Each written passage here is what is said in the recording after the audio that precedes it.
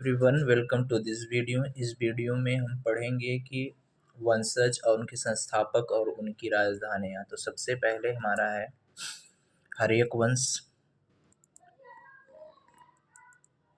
हर्यक वंश ओके। हर्यक वंश का संस्थापक कौन था और उसकी राजधानी कहाँ थी? ओके। तो हर्यक वंश में का जो संस्थापक था वह बिंबिसार और इसकी राजधानी पाटलिपुत्र थी।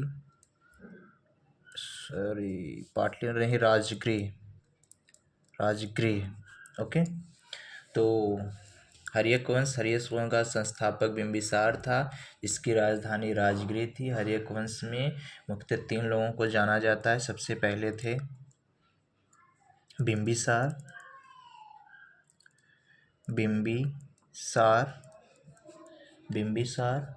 दूसरा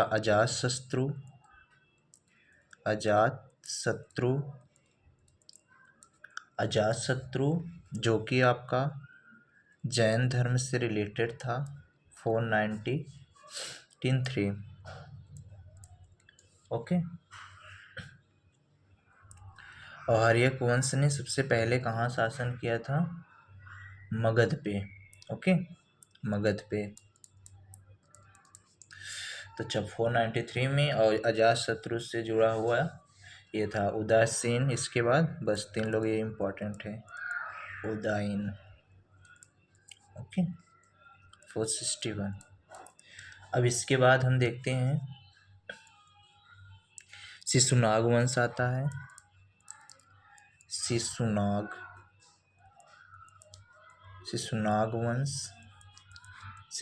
वंश का संस्थापक कौन था? शिशुनाग था, जिसकी राजधानी वैशाली थी। ओके, जिसकी राजधानी वैशाली थी। इसमें 3 लोग को हैं। पहला शिशुनाग, दूसरा था कालाकोश, तीसरा नंदीवर्धन। ओके। और इसके बाद आता है शिशुनाग वंश के बाद आता है हमारा नंदवंश। ये आपका इम्पोर्टेंट है, नंदवंश वाला, आपके एग्जाम में बहुत पूछा जाता है। नंदवंश के संस्थापक थे महापद्मानंद, जिनकी राजधानी पाटलिपुत्र थी। नंदवंश के संस्थापक महापद्मानंद थे, जिनकी राजधानी पाटलिपुत्र थी। इसमें 2 राजा फेमस थे, महापद्मानंद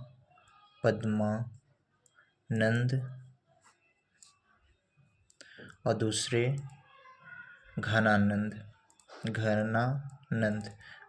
को कौन हराया था? चंद्रगुप्त मौर्य। घनानंद को चंद्रगुप्त मौर्य हराकर मौर्य वंश की स्थापना की। इसके बाद आ जाता है हमारा मौर्य वंश। ओके। तो मौर्य वंश जो है हमारा 345 ईसा पूर्व। मौर्य वंश के संस्थापक चंद्रगुप्त मौर्य थे, जिन्होंने घनानंद को हराया था और मगध पे शासन किया। तो इनकी राजधानी थी पाटलिपुत्र।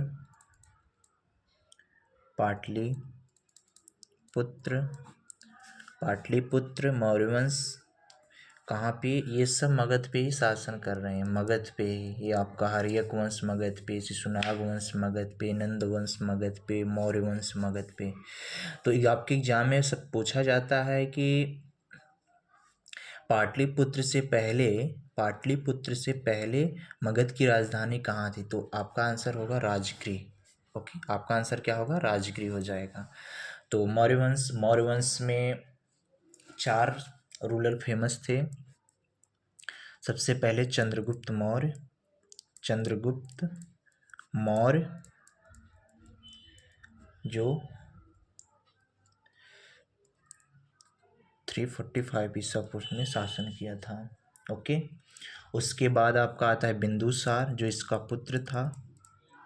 बिंदुसार का पुत्र अशोक था। ओके, अशोक था। और अंतिम शासक मौर्य वंश का था बृहदत्त। आपके ज्ञान में पूछा जाता है कि मौर्य वंश का अंतिम शासक कौन था? तो आप बताएंगे बृहदत्त। ओके, देखो चंद्रगुप्त मौर्य के दरबार में मेगस्थनीज आया था, जो कि सेल्युका निकोटर का राजदूत था। ओके, और चंद्रगुप्त मौर्य ने ही घनानंद को हराया था। इसके बाद हम बात करते हैं अशोक का युद्ध कलिंग के राजा से हुआ था। ओके, कलिंग का युद्ध अशोक से ही रिलेटेड है। अशोक ने 13 शिलालेख है। ओके, अशोक के 13वें शिलालेख में अशोक के कलिंग युद्ध के बारे में कहा गया है। तो ये आपका हो गया। अब इसके बाद हम आते हैं शुंग वंश। बृहदत्त को कौन मारा होगा? तो शुंग मारा होगा। 185 तक शासन किए थे ये लोग। अब फिर इनका था 269, इसका 298। अब इसके बाद आता है शुंग वंश। ओके, शुंग वंश की स्थापना 185 ईसा पूर्व में हुई थी, जिसके संस्थापक पुष्यमित्र शुंग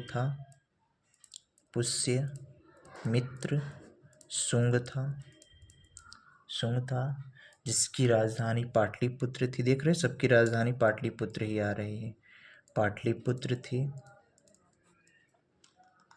और इसमें 2 राजा फेमस हुए, एक पुष्यमित्र शुंग और दूसरा आपका देवभूति। ये उतना नहीं पूछा जाता है, लेकिन ये इम्पोर्टेंट है आपका, मौर्य वंश वाला और नंद वंश वाला और ये हर्यक वंश वाला, ये तीनों इम्पोर्टेंट हैं। अब इसके बाद एक और हम कर लेते हैं इसके बाद आते हैं कर्ण वंश। ओके, कर्ण वंश के संस्थापक कौन थे? 73 ईसा पूर्व में कर्ण वंश के संस्थापक वासुदेव थे। जिनकी भी राजधानी पाटलिपुत्र थी। इसमें 2 राजा फेमस हुए, एक तो वासुदेव और दूसरे आपके सुशर्मा। कौन? सुशर्मा। तो हमने कुछ वंशज देखे और उनके संस्थापक देखे, उनकी राजधानियाँ देखी। तो हर्यक वंश मगध पे किन राजाओं ने मगध पे सबसे पहले जो है मगध पे सबसे पहले हर्यक वंश का शासक था। ओके, मगध पर सबसे पहले हर्यक वंश का शासक था, और इसके मगध पर सबसे पहले हर्यक वंश का शासन था, जिसकी स्थापना हर्यक वंश की स्थापना बिंबिसार ने की थी, जिसकी राजधानी राजगृह थी। और बिंबिसार हर्यक वंश में 3 राजा फेमस थे, पहला बिंबिसार, दूसरा अजातशत्रु, तीसरा उदयसेन।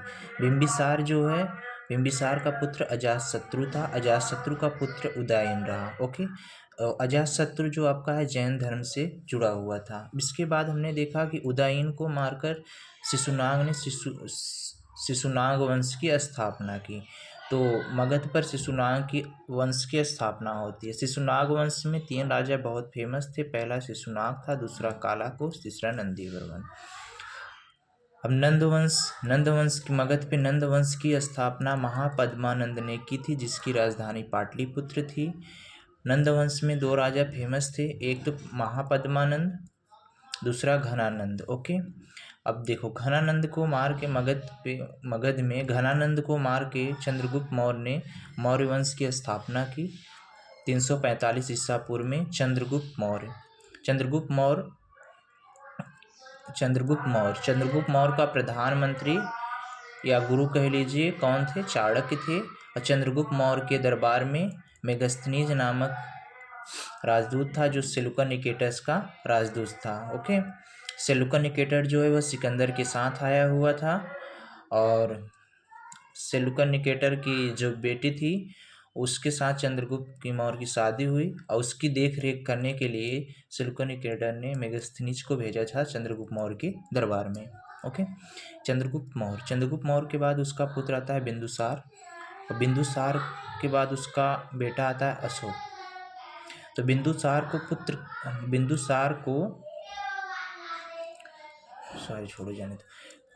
अशोक के बाद आता है बृहदत्त, अंतिम रूलक शासक था मौर्य वंश का। बृहदत्त को मारकर पुष्यमित्र शुंग ने शुंग वंश की स्थापना की। तो शुंग वंश में 2 हैं, एक तो है पुष्यमित्री शुंग, दूसरा है देवभूमि। इसके बाद आता है कण्वंश। कण्वंश की स्थापना वासुदेव ने की थी, जिसकी राजधानी पाटलिपुत्र थी। पहला वासुदेव सुशर्मा। ओके, एक बार देख लीजिए अच्छे से फिर से। हर्यक वंश की राजधानी बिंबिसार, शिशुनाग, नंदवंश, महापद्मानंद, मौर्य वंश, चंद्रगुप्त मौर्य, शुंग वंश, पुष्यमित्री शुंग, कर्ण वंश, वासुदेव। Okay, thank you.